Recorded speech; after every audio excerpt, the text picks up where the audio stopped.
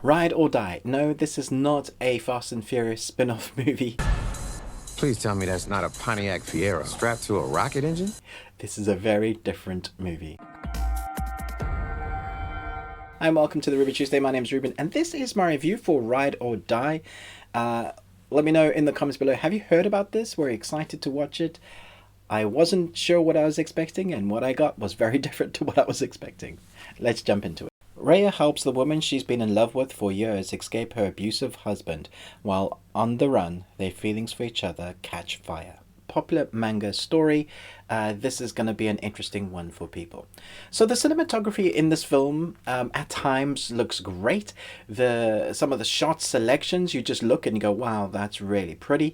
Our main protagonist, for the most part, we have these two female protagonists that end up being for the most part, I think 90% of the film is just them, apart from some flashback scenes or some moments that basically propels the story into the Ride or Die story that it is.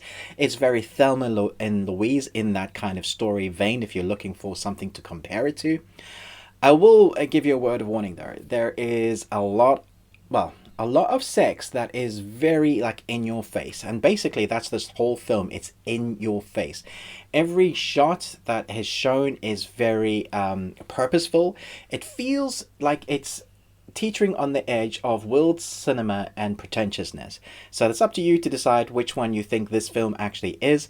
There was a lot of times I was going, yeah, this reminds me of some of those early world cinema films that were starting to come out a lot in the 80s and 90s and 2000s until it became its own genre, and now it's just the thing that sometimes we just get the most amazing films. For the most part, the filming is okay.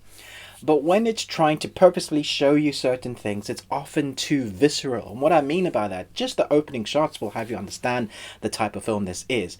It's shaky cam, but it's not shaky cam. It's handheld that's not steady. And that, for the most part, is how this film is filmed when you're following our two protagonists, female protagonists, to make it feel like you're a fly on the wall, almost voyeuristic in nature. And this film is very voyeuristic in nature. We have the sex scenes that they show, they don't shy away from. We have a death scene that is very violent, that they don't shy away from. I'm going to shy away from.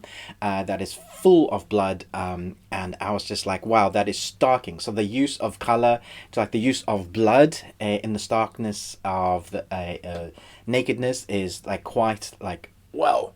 You know, you're like, wow, that is very in your face. And that is the whole film. It's very in your face. From the crystal clear shots, that feels like you should have had a bit of shallow depth of focus. They're not going for cinematic feel. They're going for clarity and kind of thrusting, every moment in your face, this journey that they go on.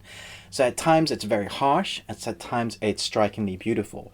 So that's why I'm saying it's on the edge of world cinema, and then on the edge of just like, I can't handle this. This just feels wrong. It feels like I'm watching these two's personal moment life. So it's like a slice of life.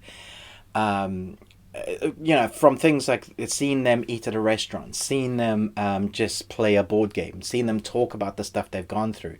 And through a series of flashbacks, you see how much their lives is intertwined, but you also see why they have ended up where they do. So that's the backstory, that's the character growth that you expect in stories like this. It's also very long. It's over 2 hours, and it does feel like it outstays its welcome. There are definitely scenes that you could have cut, but that's not the type of film this is. It's mise-en-scene, and what that means is they show you everything. Like normally when you get the shallow depth of focus, it's not mise-en-scene, but when it's mise-en-scene, they show you everything. And what I mean by that is not just they show you everything, they take you through every moment. So when there's a cut, you kind of breathe with a sigh of relief, like, finally, we're going to the next bit. We don't need to hear every single thing.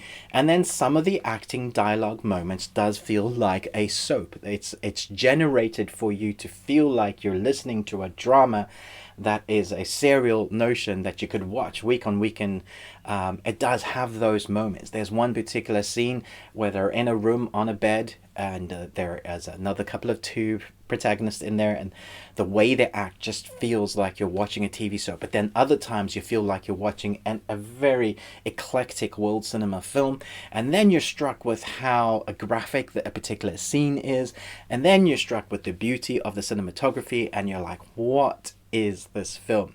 So I think it's gonna have mixed feelings for a lot of people. Obviously, this is not my demographic. It is a, I think it's the love story is about a gay lesbian relationship at heart, but it also it talks about how it affects those around them. It talks about the history of how people end up where they do. There's abuse in this that is hard to watch as well. I mean, if you like watching abuse, then there's something wrong with you. But it does talk about stuff like that that is deep and dark, and it doesn't shy away from any of that. So there were times I was like, okay, we get that you're having sex now.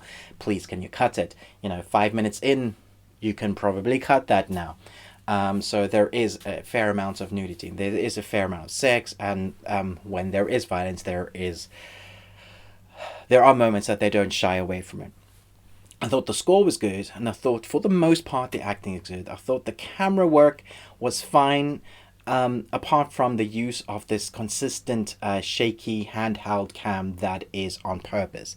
It's not like they didn't have a budget to get a steady cam unit, because even because they were shots that they had used on tripod or occasionally were steady and smooth. So you got that they knew how to do that. It was just a creative technique that they wanted to purposefully use to kind of thrust you in the zone really up close and personal. And that does make you feel awkward, which I think is probably what they were going for. So it's intense. It's relationship building, but it's also very dark consistently, and don't feel like there's going to be a fruition that you might be happy with. It's one of those stories that goes, hey, here's a slice of life that's reality. It's not really escapism, because they're just trying to show you what the world can be like in its harshest realms. And it's covered with a set of some beautiful cinematography, some interesting storytelling. I believe the manga is well loved. So if you've read the manga, let me know how this has been transposed. If you're a fan of the manga, did they do it right? Do you think it's exactly what you wanted it to be? I've not read the manga because obviously I can't read all manga. There's so much out there. I hadn't even heard of this one until I watched it on Netflix. So do let me know. What did you think of this? Do you think it was great? Do you think they did it justice, or did they need to put more in it? I'm going to give this a C+. I think it was good, but it has some issues for me. Thanks so much for watching this review, but most of all, until next time, remember, live long and Tuesday.